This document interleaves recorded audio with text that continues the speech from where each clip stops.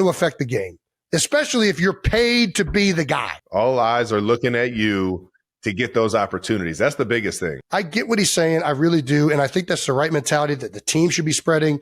And that's the right mentality as a player in the league.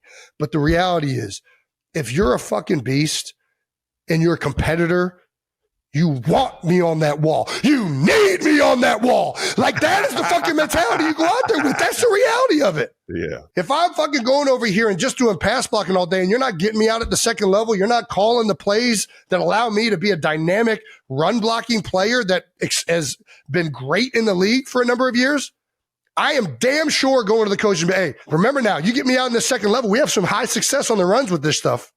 Yeah. So I don't think that makes you a bad teammate to be. I don't think it makes you selfish. I really don't. I think that makes you a competitive person that wants to have success, and you want your team to have success, and you know how much you can be. Arians, he has some bang Bruce quotes. Arians had an interesting way to handle ties. He said he was one of the guys that when they changed the overtime rules to 10 minutes. Each team gets a possession or 10 minutes. Okay. Yeah. 10 minutes, that he was for it. But he also threw out there that if it ends in a tie at that point, just put the ball at the 8 and everybody gets 3 downs to fucking get the ball in the end zone. They need to do something. Ties should not happen. Ties are just, we need worst, to stop man. it. And I feel like, I don't know that it increases the chances, but it feels like now that each team gets a possession, it feels like it increases the chance of tying as opposed to sudden death. Yeah. Like, I would rather it be sudden death. Just let the first team with the ball go score and win. If they don't, the other team wins.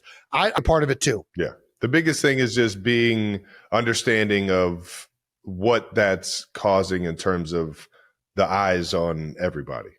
How you're doing that and how you're voicing it, that's what you want to be aware of and cautious of. Final thoughts on the Birds. Who they got coming up? Oh my gosh. Eagles, Broncos. That's everybody talking about Pat Surtain following AJ.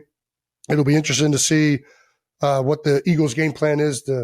Listen, the Broncos last year, one of the best defenses in the NFL. They were unbelievable blitzing. They've kind of been hit or miss a little bit with the blitz this year. Coming off a big win just last night against the Cincinnati Bengals, who obviously don't have Joe Burrow. Bo Nix, who has struggled, all of a sudden had a decent game. Like, he looked pretty good. He was throwing the ball pretty well, had some good runs. The offense in general was really dynamic, and they had some good toss cracks. They had an end-around play that went for a big score with Marvin Mims. So, listen, the Broncos are a really, really good team this year. It's a big test for the Philadelphia Eagles, a really good test against a really good defensive personnel team, especially in the back end with Pat Surtain. Yeah. Surtain, white corner. Surtain. Yeah. Surtain and Moss. He ain't white. Moss. Well, is he? The other corner. They got a white corner?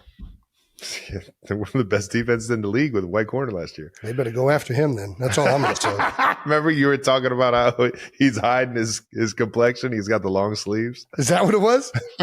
I would hide it too. The moment I see it, I'm going right at him. That's all I'm saying. Dude, he's a good player. I don't care. I mean, it doesn't work with Cooper DeJean. Cooper's a baller, but we're going to test him. We're going to test that guy. Caucasian in the backfield, we're testing him.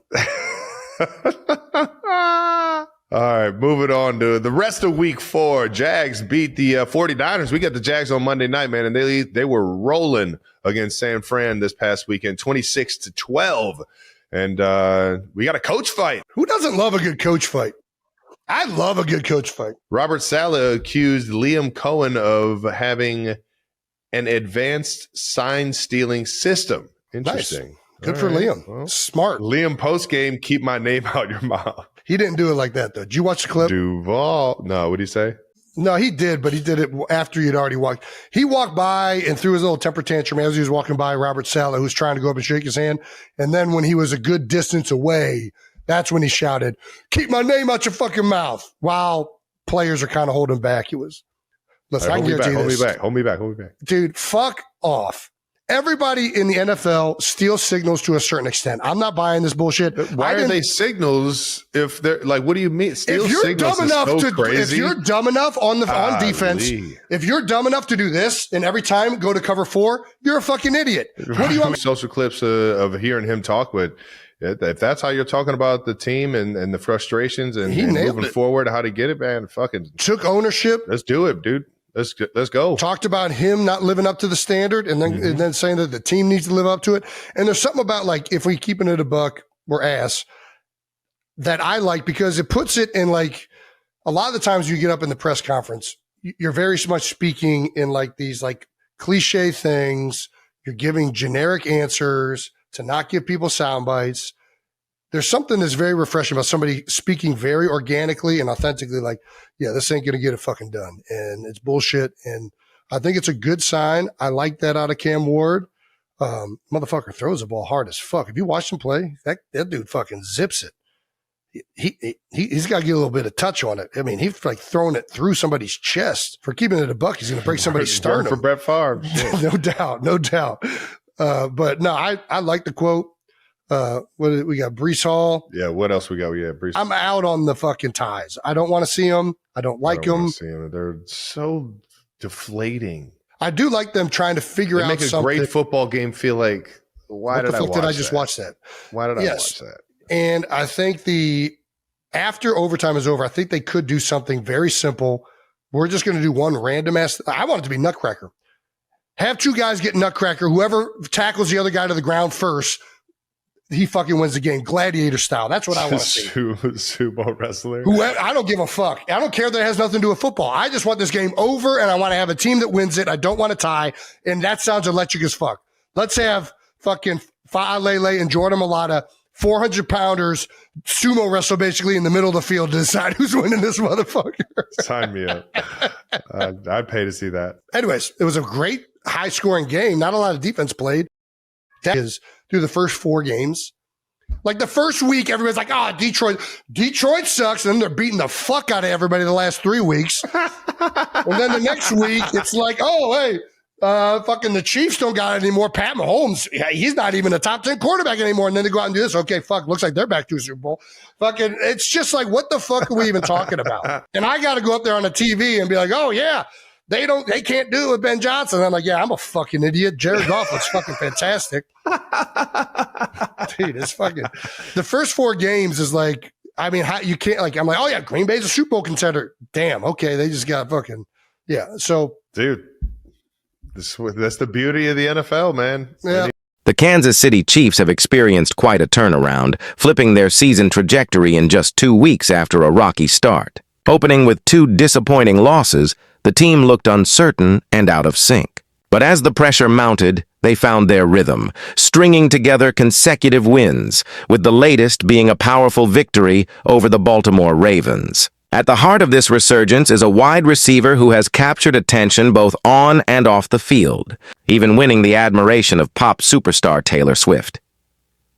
The conversation around the Chiefs took a delightful turn on the newest episode of the New Heights podcast, where Jason Kelce couldn't resist poking fun at his brother Travis Kelce, especially following the return of Xavier Worthy. Worthy's season had started in the worst possible way. In the opening minutes of Week 1, he collided with Travis Kelce, resulting in a dislocated right shoulder and missing the next 2 games. It was a tough blow for a player celebrated for his quickness and physicality, traits that seemed threatened by the injury. Yet when Worthy returned to Arrowhead Stadium, he wasted no time making his presence felt. He led the team with 5 receptions for 83 yards, electrified the crowd with a 35-yard end-around, and brought back the energy and swagger that Kansas City desperately needed. The transformation in the offense was palpable, and Worthy's confidence seemed infectious. Jason Kelce, never one to miss a beat, addressed this on the podcast, grinning as he said, "Shout out to Xavier Worthy.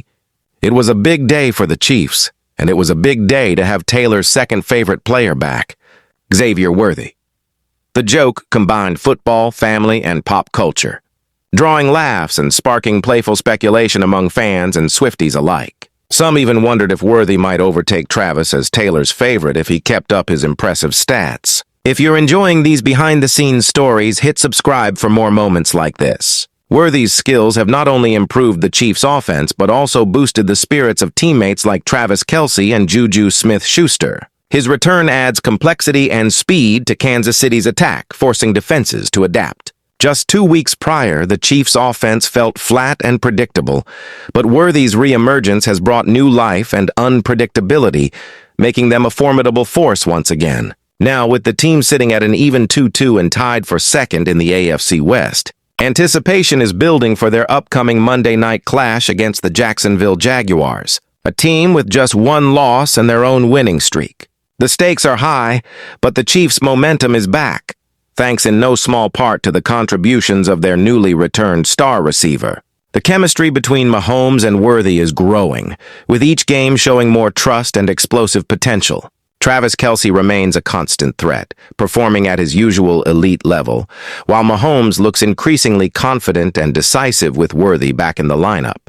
The locker room buzzes with renewed energy, every player feeding off the pace and edge Worthy brings to the field. Even the fans feel the difference, their cheers louder, their hopes higher, as Kansas City looks to recapture the dominance that has defined them in recent years. The buzz around Taylor Swift's supposed second-favorite player only adds to the fun, blending celebrity with sport and giving fans another reason to tune in. As the season progresses, all eyes are on how the dynamic within the team evolves and whether Jason's playful prediction might just come true. For more updates and inside jokes straight from the locker room, don't forget to subscribe. The Chiefs' story is far from over, and with Worthy back in action, their path forward promises to be as exciting as ever.